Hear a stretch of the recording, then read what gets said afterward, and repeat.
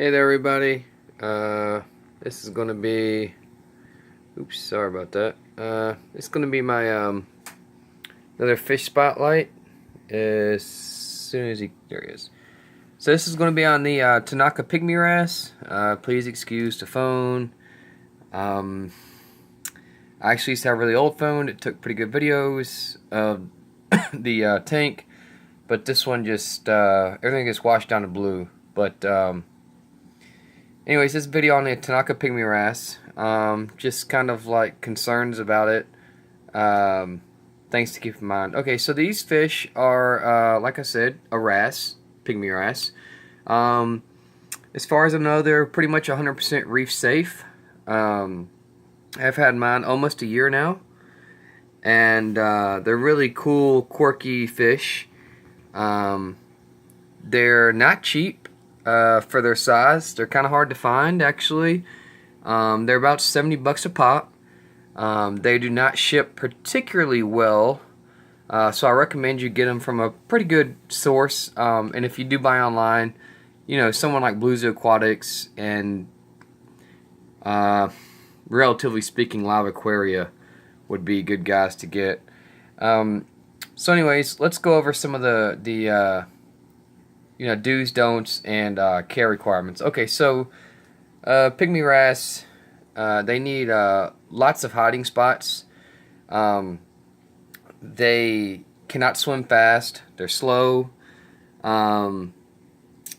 They will easily get out-competed for food if you put them in with aggressive feeding fish that just, go crazy during feeding time. So to get around that, pipets are nice to use for these fish. I use a pipet to feed my tank all the time. As you can see, the pink skunk clown, for some reason, thinks he wants to run him off tonight, which he actually never does. It's weird. You bring out the camera and the fish like start acting different. It's like they know they're like trying to impress. Okay, so like I said, care requirements. You don't want to keep around aggressive tank mates. I will say I think you can kind of get away with keeping them with semi-aggressive tank mates because they're just so quirky and kind of odd that they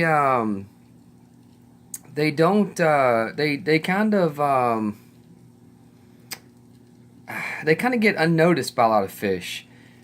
So what you're seeing on this video is actually extremely rare. If you Google Tanaka Pygmy Wrasse, people tell you oh God, they're so cryptic, you'll never see it, it'll hide all day, this, that, and the third, everything else. And they're right. In general, these fish like to hide a lot. If you see one at a pet store, you're probably not going to see it out in the open. But mine has been, he's in my tank over a year. I have a relatively peaceful tank. We're not overcrowded. He was one of the earlier fish added, and he feels very secure and safe. So for him to be out like he was just now, that's a very rare thing. I'm not trying to brag. I'm not trying to over-exaggerate. When I got this fish, I didn't plan on seeing him as much as I do. Now, don't get me wrong. Not everything. Every fish has its own personality and a little different, but he does like to do laps around the power heads. He'll do circles around them. I don't know if he'll start. He knows he's on camera. But he'll start doing laps, and he basically goes around in a circle on both power heads. So what do they eat? They eat everything. You can feed them pretty much everything, guys. Mice, fish eggs, squid, the clam. Just a big mixture of foods. Personally, I feed my my fish vitamins, Sechum vitamins, and I know it's a little controversial, but I feed garlic twice a week. I think garlic is a benefit to them.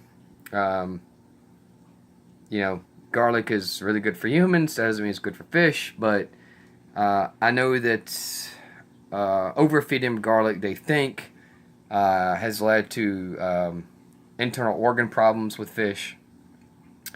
But anyways, like I said, so The only other issues with this fish is they do like to kind of graze on. When I say graze on live rock, I mean they like to eat amphipods and copepods. So, depending on your size tank, you might want to, if you have this fish, and or if you already have a green mandarin, and you're thinking about possibly, adding a Tanaka Pygmy Wrasse or a green mandarin, I would really think twice about that. And the reason why is because, you can see him kind of nipping back there. These guys love to eat copepods and amphipods. From what I can tell, he loves to nip at them. So, what I'm saying is, green mandarins consume a lot of copepods. And I'll be honest with you, the sole reason I have not gotten a green mandarin is because I don't think my populations will ever be enough to support him and the wrasse. I think the wrasse is a very underrated fish for grazing on live rock, this particular Tanaka Pygmy Wrasse, because they really tear up some live rock. Don't get it twisted. And I think that's because they're not as popular as the green mandarin, so a lot of people don't know a lot about them. But like I said, I've had mine for a year, been able to observe him quite well. And I'll tell you his tank mates, right? So his tank mates are a bicolor chromis, a old scissor-tailed dartfish, who is king of the jungle.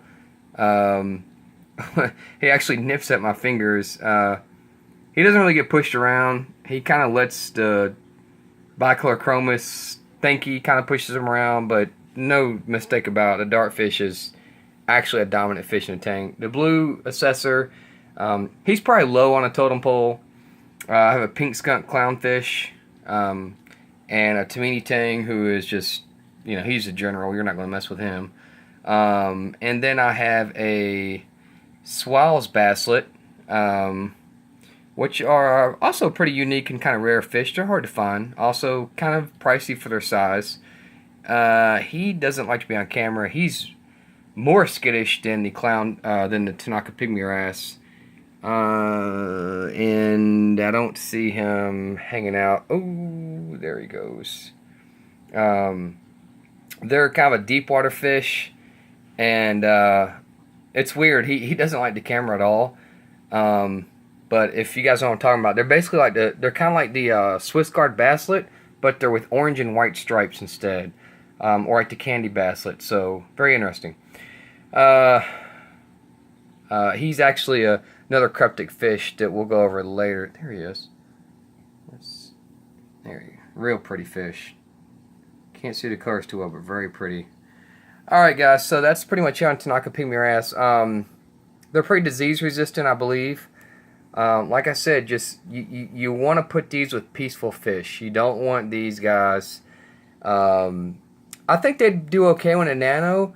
I think that if you've got a big 200-gallon reef system, they'd kind of get lost because they're so small. And they don't get too big. They get about, an inch and a half, 2 inches about max. Like I said, this is a rare sight. So I'm telling you, YouTube Tanaka Pygmy Wrasse, and you're not going to see them swimming around like this in the open. And I'm pretty proud of that. That's a tribute to putting together a very good community fish tank and researching and knowing what, how things go and whatnot. So every fish in here is about a year old. I don't add new fish just for the hell of it. I'm very strategic in the fish that I buy.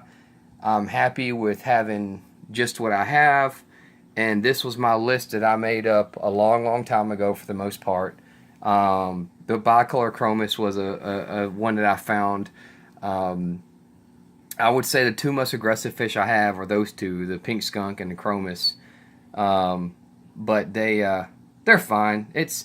They go through phases. It's weird. It's like, for 3 weeks, those two will kind of go back and forth. They never nip fins or anything. I mean, there's no tears or anything. They don't stress each other out. They just kind of joke around.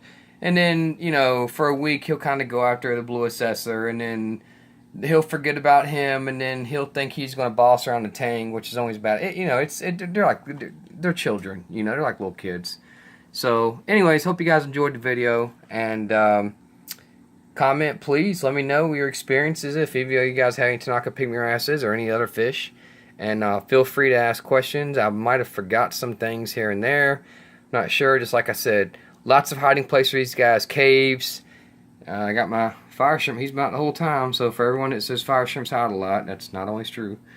Alright, you guys have a good one. And hope you guys enjoyed the video. Like I said, I need to get a new phone with the better light because this blue just drowns it out. So, alright, talk to you later. Bye.